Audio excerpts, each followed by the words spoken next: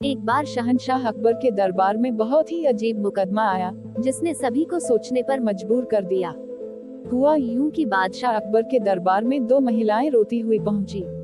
उनके साथ में लगभग 2 या 3 साल का सुंदर सा बच्चा भी था। दोनों महिलाएं लगातार रो रही थी और साथ ही दावा कर रही थी कि बच्चा उनका है। अब समस्या ये थी कि दोनों शहर के बाहर रहती थी, जिस कारण उन्हें कोई नहीं जाता था।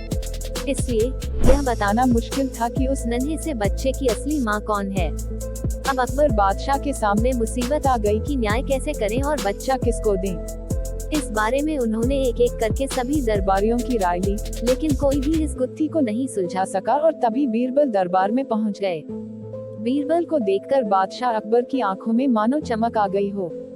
बीरबल के आते ही अकबर ने इस समस्या के बारे में उन्हें बताया। अकबर ने बीरबल से कहा कि अब तुम ही इस समस्या का समाधान करो। बीरबल कुछ सोचते रहे और फिर जल्लाद को बुलाने के लिए कहा। जल्लाद के आते ही बीरबल ने बच्चे को एक जगह बैठा दिया और कहा, एक काम करते हैं, इस बच्चे के 2 टुकड़े कर देते हैं। एक एक टुकड़ा दोनों माओं को दे देंगे। अगर इन दोनों महिलाओं में से किसी एक को यह बात मंजूर नहीं है, तो जल्लाद उस महिला के 2 टुकड़े कर देगा।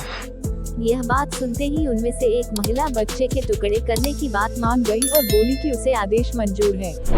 वह बच्चे के टुकड़े को लेकर चली जाएगी, लेकिन दूसरी महिला बिलख बिलख कर रोने लगी और बोलने लगी, मुझे बच्चा नहीं चाहिए, मेरे 2 टुकड़े कर दो, लेकिन बच्चे को मत काटो। यह बच्चा दूसरी महिला को दे दीजिए। यह देखकर सभी दरबारी मानने लगे कि जो महिला डर की वजह से रो रही है वही दोषी है। लेकिन तभी बीरबल ने कहा कि जो महिला बच्चे के टुकड़े करने के लिए तैयार है उसे कैद कर लो, वही मुजरिम है। इस बात को सुनकर वह महिला रोने लगी और माफी मांगने लगी, लेकिन बादशाह अकबर ने उसे जेल में डलवा दिया। बाद में अकबर ने बीरबल से पूछा कि तुमको कैसे पता चला कि असली माँ कौन है। तब बीरबल ने मुस्कुराते हुए कहा, महाराज, माँ सारी मुसीबतों को अपने सिर पर ले लेती है, लेकिन बच्चे पर आंच भी नहीं आने देती, और यही हुआ। इससे पता चल गया कि असली माँ वह है जो खुद के टुकड़े करवाने के लिए तैयार है, लेकिन बच्चे के नहीं। बीरबल की बात सुनकर बादशाह अकबर एक बार फिर बीरबल की बुद्धि के कायल हो गए।